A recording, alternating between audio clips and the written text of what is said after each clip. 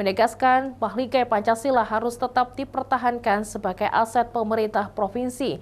Selain memiliki nilai sejarah, bangunan ini dinilai menjadi simbol pemerintahan daerah yang harus tetap difungsikan sebagai rumah dinas gubernur dan pusat aktivitas pemerintahan.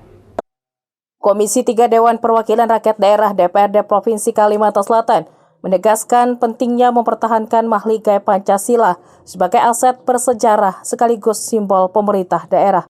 Penegasan tersebut disampaikan dalam rapat dengar pendapat bersama Badan Perencanaan Pembangunan Daerah, Dinas Pekerjaan Umum dan Penataan Ruang, serta Biro Umum Sekretariat Daerah Provinsi Kalimantan Selatan yang membahas progres rehabilitasi rumah dinas Gubernur Kalimantan Selatan Kamis 9 Juli 2026. Rapat dipimpin Wakil Ketua Komisi 3 DPRD Kalsel Haji Ahmad Maulana. Dalam pembahasan terungkap bahwa rehabilitasi Mahligai Pancasila telah memasuki tahap kedua. Sebelumnya, rehabilitasi tahap pertama telah dilaksanakan pada 2025. Sedangkan tahap kedua saat ini masih dalam proses lelang. Komisi 3 menilai kondisi bangunan memang memerlukan penanganan segera agar fungsi dan kelayakannya dapat kembali optimal.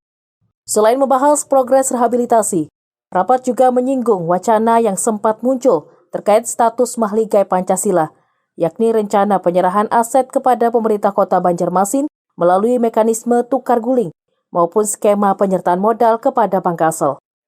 Kepala Dinas PUPR Provinsi Kalimantan Selatan dalam rapat membenarkan bahwa wacana tersebut memang pernah dibahas pada tahap awal. Namun Komisi 3 berharap Mahligai Pancasila tetap dipertahankan sebagai aset pemerintah Provinsi Kalimantan Selatan, mengingat nilai sejarah dan simbolis yang dimilikinya. Menurutnya, Mahligai Pancasila bukan sekedar bangunan rumah dinas, melainkan bagian dari identitas pemerintah Provinsi Kalimantan Selatan yang telah menjadi saksi berbagai agenda penting pemerintahan selama puluhan tahun. Ia berharap setelah proses rehabilitasi selesai, Mahligai Pancasila dapat kembali difungsikan sebagai pusat kegiatan pemerintahan, sekaligus menjadi ruang yang lebih terbuka bagi masyarakat untuk mengikuti berbagai kegiatan resmi pemerintah daerah. Dari awal kita berpikiran bahwa, karena selama ini kita belum tahu bentuknya bagaimana, apakah renovasi ini hanya gedung Mahligai atau rumah dinas atau yang lainnya. Ternyata tadi setelah kita dapat informasi bahwa pembangunan rehabilitasi ini dilaksanakan sudah di tahap pertama pada tahun 2025. Sekarang ini tahap kedua dengan anggaran 6 miliar. Dan prosesnya sekarang adalah masa proses lelang. Melihat dari kebutuhan yang ada, memang setelah eksistensi daripada gedung ya sangat memilukan dan memang harus dilakukan renovasi.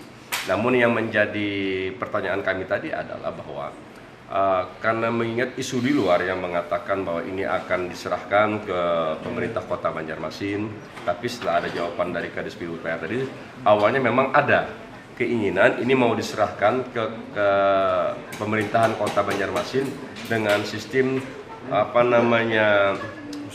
dislah. Nah, terus yang kedua juga ada rencana imbreng untuk ke Bank Kalsel.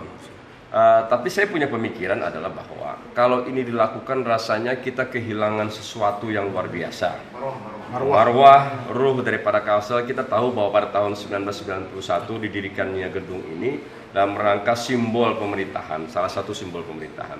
Makanya kita berkeinginan tadi bahwa tolong sampaikan kepada Pak Gubernur bahwa perbaikan ini jangan hanya diperuntukkan untuk diserahkan kepada pemerintah kota maupun untuk imbreng.